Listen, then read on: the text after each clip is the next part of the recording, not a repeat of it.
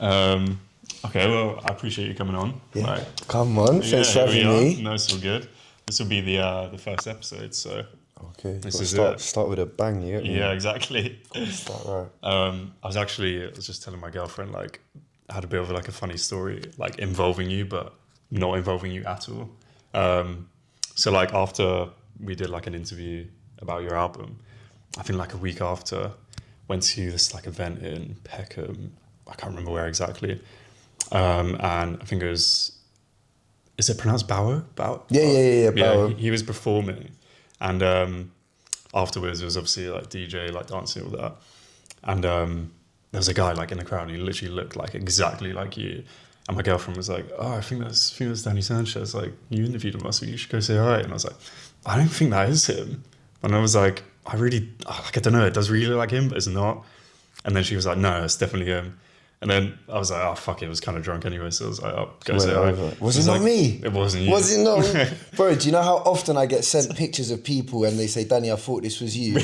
I got twins running around. Doppelgangers everywhere, bro. It's actually mad. Like, I get this so often, and sometimes I even look and was like, wait, I wasn't, like, is that me? Yeah. They look so close, like, I'll show you some after. Some of them actually look just like me. It's scary. Yeah, I like went up to him and I was like, "Are you Danny?" And he looked at me like I was mental. I was like, "Sorry, wrong guy." And I was like, "No, we have to leave now," because it was getting kind of empty. And I could just see him everywhere. I was like, "No, I can't." No, I have loads of lookalikes. It's actually, there's like, I've got like pretty much an album on my phone where it's like whenever they send me out, it's so bad. That's jokes. But yeah, you've just released a new song. I have. It's been about a year since you last released music. Yeah, since I dropped like my own like independently. Yeah. We're actually a bit over. Like a year Yeah. year and a couple months now, bro. How come you like took that break? To be honest, I think like dropping an album, I genuinely thought it was going to be like the album drops and you've dropped your album and everything changes. Your whole life. Yeah. I had this like rose tinted glasses of it. Right. And I remember I was working a bar shift and I finished at midnight and the album come out at midnight, yeah. Mm-hmm. And I remember I didn't even get one message, not even off my girlfriend at the time. Everyone forgot the album was coming out, yeah. And I remember walking home just going, oh my God, like, this is the big day that like I've been leading up to for like 6-7 months. And I think it just didn't quite go as I'd thought it was. Right. And that kind of knocked me back, maybe like confidence-wise for a little bit. Yeah. And I just thought, when I'm ready to do this again, everything's going to be meticulously planned and done properly. Right, yeah. And I think I just took some time out to just do my thing, meet some... You know, I literally saw a TikTok today. It was just like, you know, when you realise you're in a whole new season of your life with like new plot characters, like new characters, new plots. Yeah. And I was like, I need that. I need to rejig everything. Yeah. And then when the time is right, come back. And now the time was right. Okay, yeah, I got you. And I came back. Yeah. Do you feel like, I don't know, as an artist, I guess, like you have like your whole life to like make your debut album. So I guess you're always like saving up all these things and you're like, this is going to my album. And then like, did you like afterwards like struggle to like find things to like write about or like rap about, or was it? Yeah, I feel like I got stuck in this place of like, everything I was trying to write was about like making it. So there was such an emphasis in my music and in my like day-to-day life on this idea of making it, when like, do you know what I mean? Like what is making it? Yeah. There are people that make it in music and they're depressed and it's not, you know what I mean? Nothing is the way they wanted it. So I feel like I had to look 100%. within and realise, what does making it mean for me? And like, when I finally got past that, it allowed me to start tapping into like, that opportunity started coming. So I was like, I've been songwriting for like reggaeton artists. I've been doing like house music. I've been doing this, doing that, which means that like now my creative juice is like, it's just flowing and it's not all this, oh my God, who's Danny Sanchez? What are people expecting? Yeah. I need to rap, I need to do this. And now it's just like, right, I'm just enjoying it. And then when you're in that flow state, I think it just makes it so much easier to write. And but I reckon I had a good like 7-8 months of going to the studio and just be like, oh my God, like nothing is working. I hate all of this, like none of it bangs. And now every time I go in, I feel like, oh, I'm in this like flow where it's just like, it's all going really good. Just found that like new inspiration again. 100%. And like I said, like, I feel like we're not like, now that every studio session is breaking up what I'm doing. So like, I might be songwriting for someone else. I might be working on house music, on drum and bass, on R&B, on rap. It means that it's always switching it around. And it doesn't feel so like, I need to go in and make my next banger. Yeah, which is such a like, just how can you put the pressure on it like that? Do you know what I mean? And like, what made you go for Unkind as like the first song to like come back with?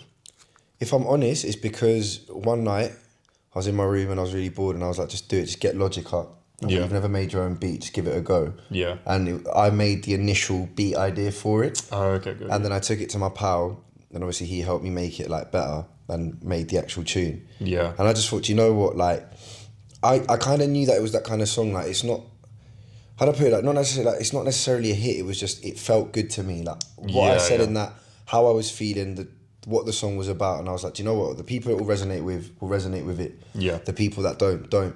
But it doesn't matter because the next month there's another one and the next month there's another one. Yeah. Like, I wasn't banking everything on it.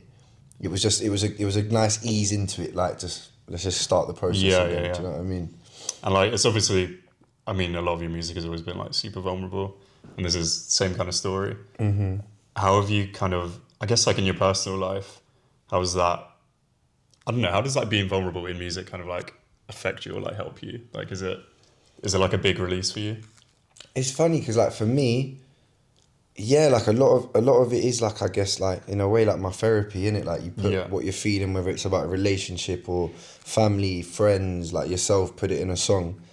But then the fact that like, not even like take the song Hold Up, yeah? Like the amount of people that have come up to me in public and gone, that song helped me through dark times. Like, like I had a kid tell me that like it helped him through his mum's cancer. Oh, fucking hell. And we just went and bundled it together and had a big old hug, and I was like, that's what it's all about. Do you get it, bro? And then so for me, like the fact that like I feel like I have that kind of music that people can really resonate with, because one thing you realise by sort of telling your story, you realise that we're all living the same one. Yeah. Like it's got different whatever, but like we're all, the amount of times that like if you're vulnerable enough to share something about yourself and you realise, oh my God, like even as lads, like we're all going through the same thing. 100%. In a way.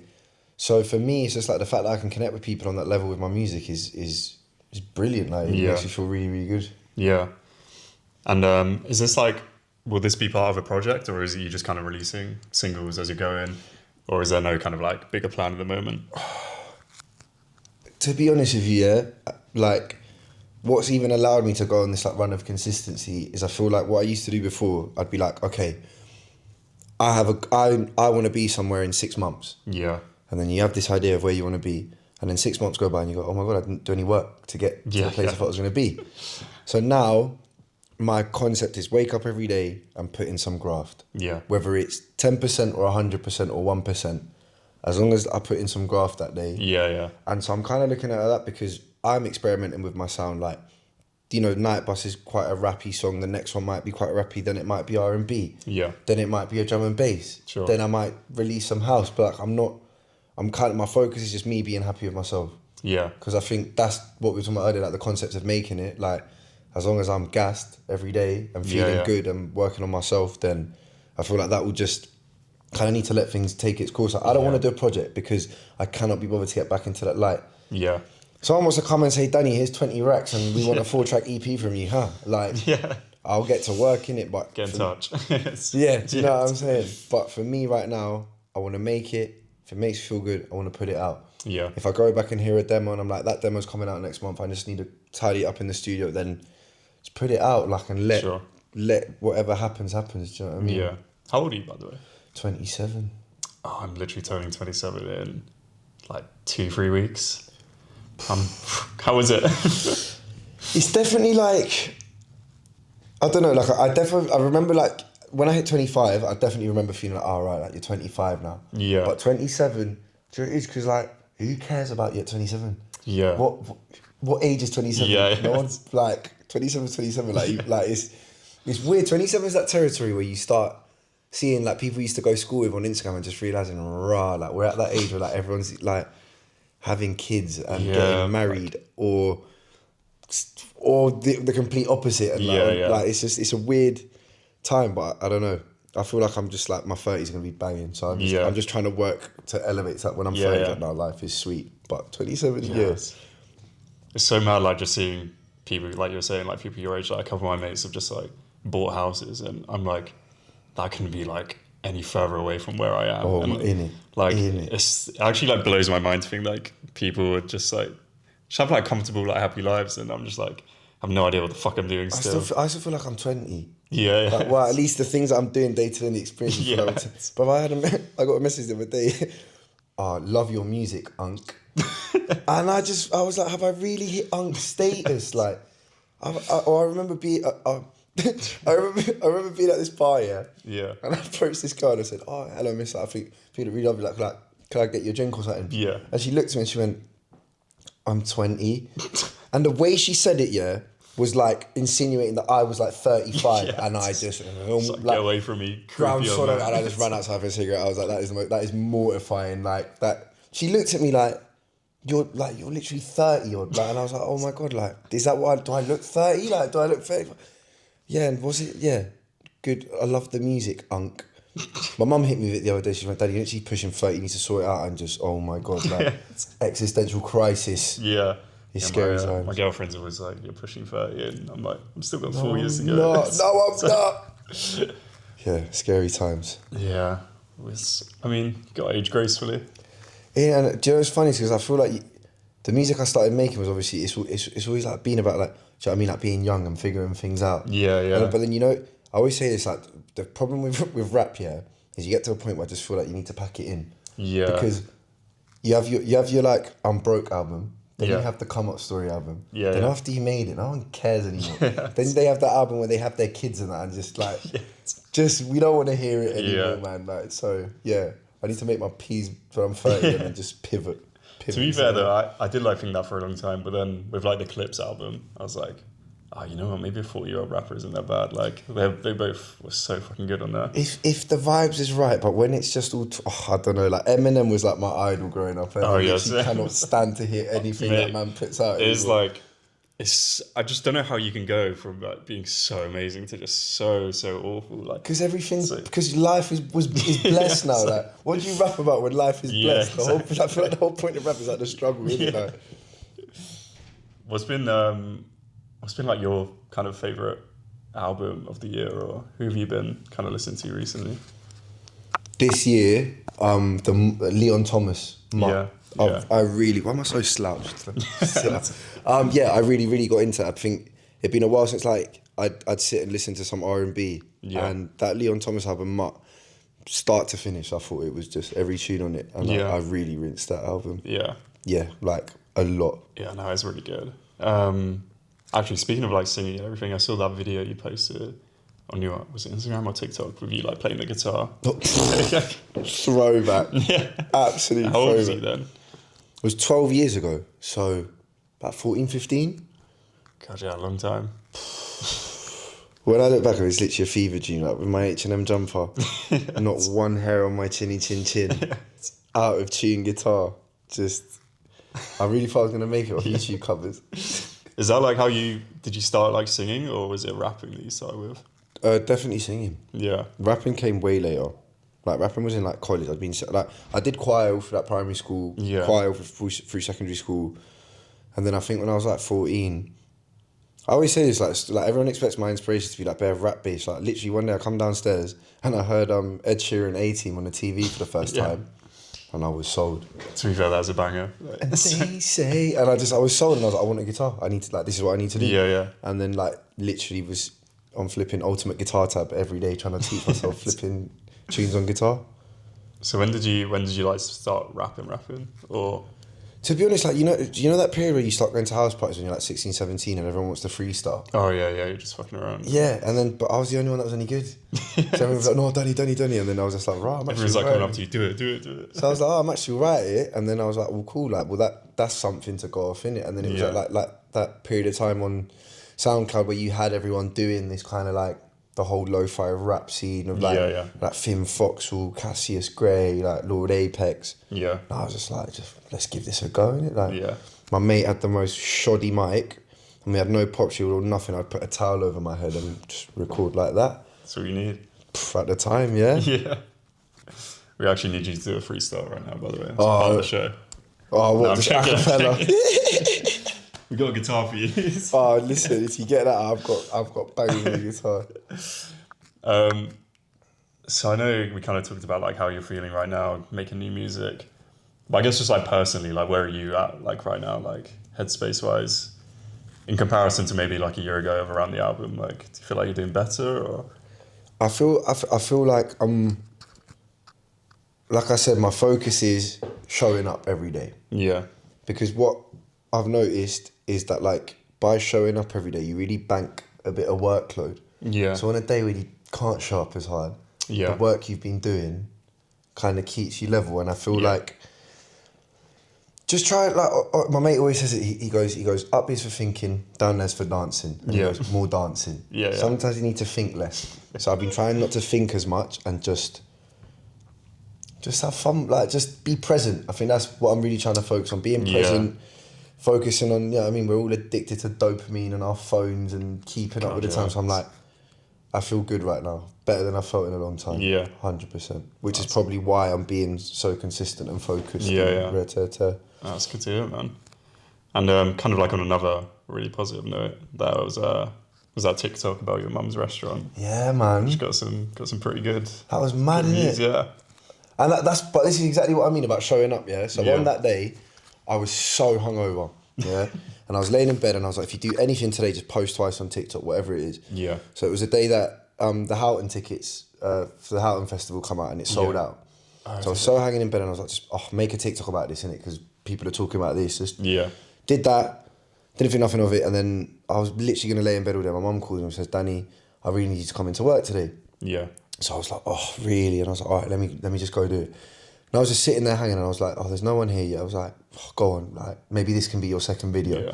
And there was such little thought process behind it other than you've told yourself you're going to post every day, so just stick to what you said. Yeah. And then like near the end of the shift, I checked my phone and I'm just like, both of the videos I've done, just the numbers just kept going up and up and up. And I was like, look what happens when you just stick. Like, I literally felt like it was God telling me, look what happens when you stick to what you say. You get results. Yeah. And I was just mad. Like, I know, it's crazy. Some of the biggest food bloggers commenting on our way. And I was like, what is going on? Like, mad. Yeah, it's always those ones as well where like no planning, no effort goes into it. Yeah, the less you think about it. And like those ones where you're like, oh, this is going to be the one, this is going to be the one. Never is. Like, never. What was like your mum's reaction when she found out? When I told her, she was like, but what did you say in the video? And I was like, oh, that we're trying to change your life. And she went, stop. And she just started crying straight away. But yeah, it was really nice. Like we had some influencers come in and that like interview us, chat with her, and she's just been like, oh, this is amazing. Like, yeah. What's the place called? Rincon Guarani, 2 in Broadway Market. Make sure you check it out. Get down there. Get the promo in. What would you recommend people to go there?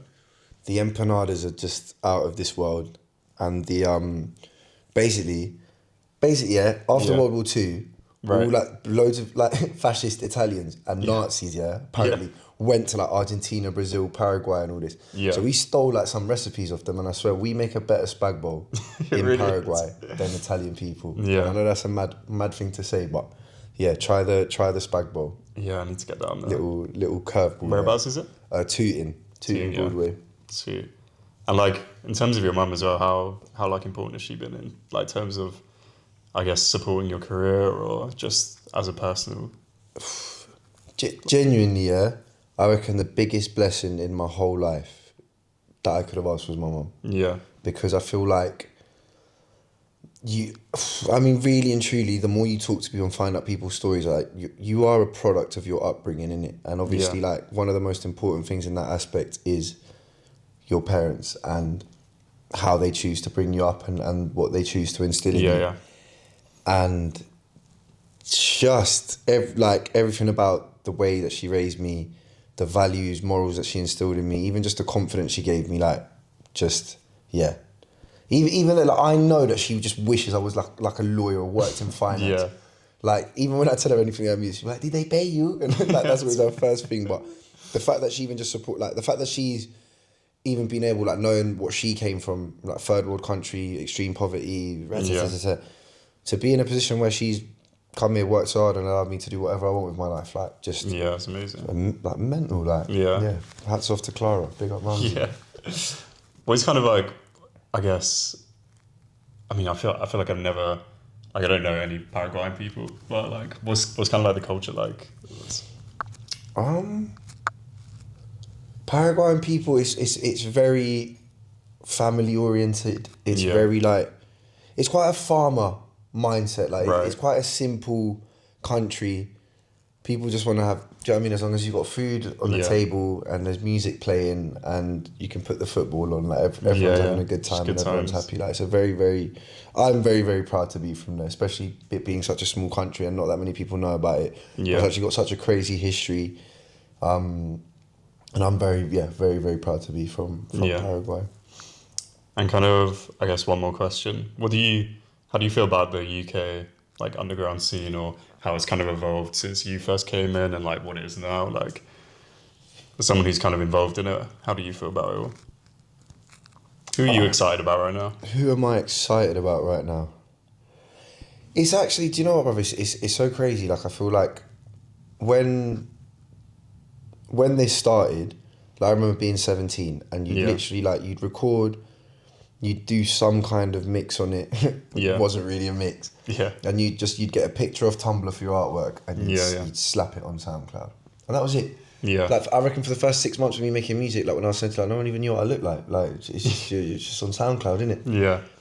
And, like, it's so funny, like, when people say underground to me, like, I think back to everyone that I grew up with when I was, like, 17, like, do you remember Loud House? Yeah. Like, all the people that I met going around to James Driscoll's house and filming Loud House freestyles and stuff like that, for me, was the underground then.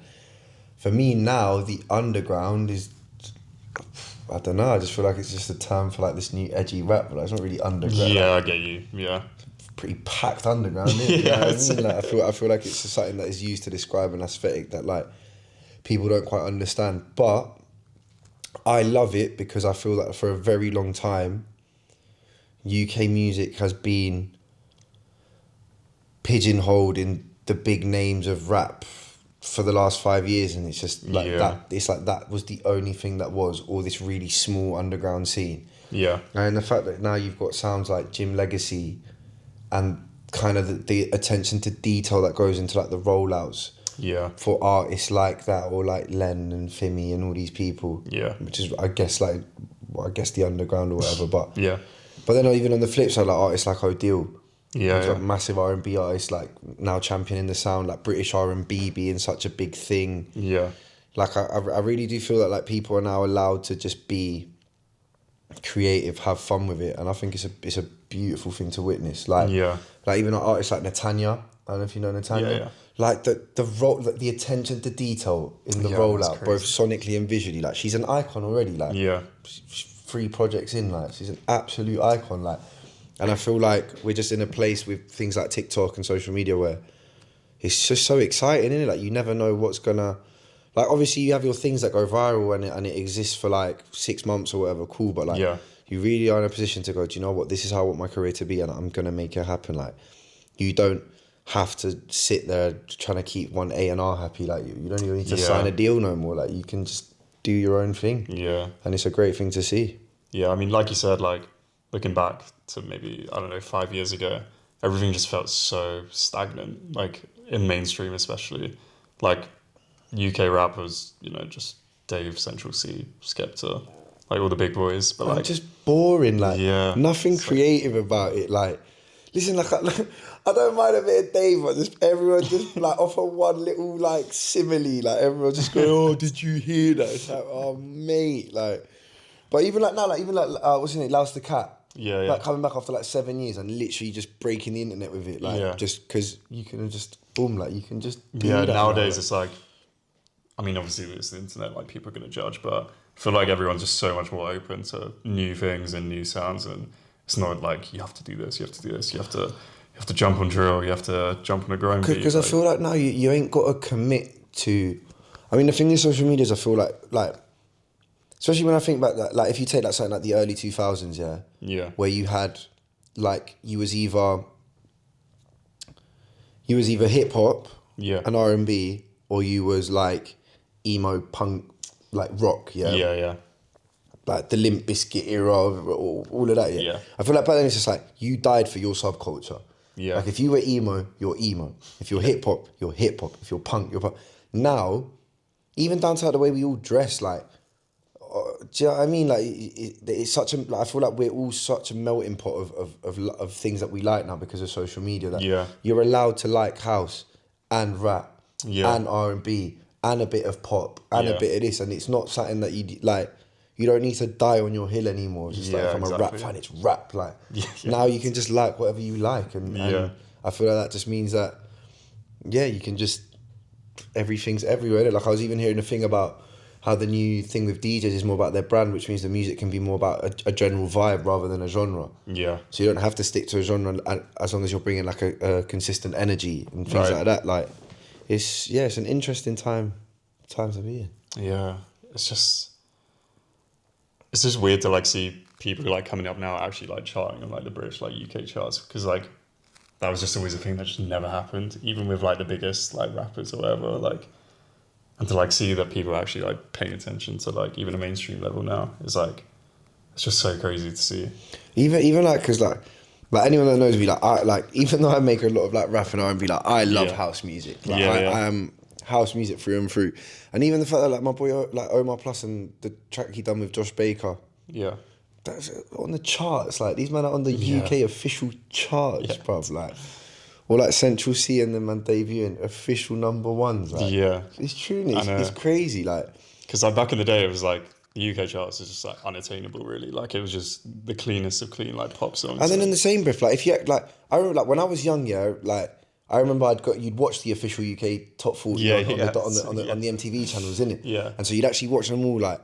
But now, like, if you were to pull up the UK top 40 right now, I don't reckon I know most of the tunes on it. Yeah, no, probably not. I don't even reckon I know most of the artists on it. Like, if we actually pulled it up. Yeah. It's just some mad, it's just pop music, innit? That I don't even know about. Like. I know. I feel like there isn't like a proper like mainstream anymore. It's like because of the internet, it's like everyone's got their own little niches, and like obviously you're always gonna have like Drake and Taylor Swift and that sort of thing, but I don't think it's like so like set in stone anymore.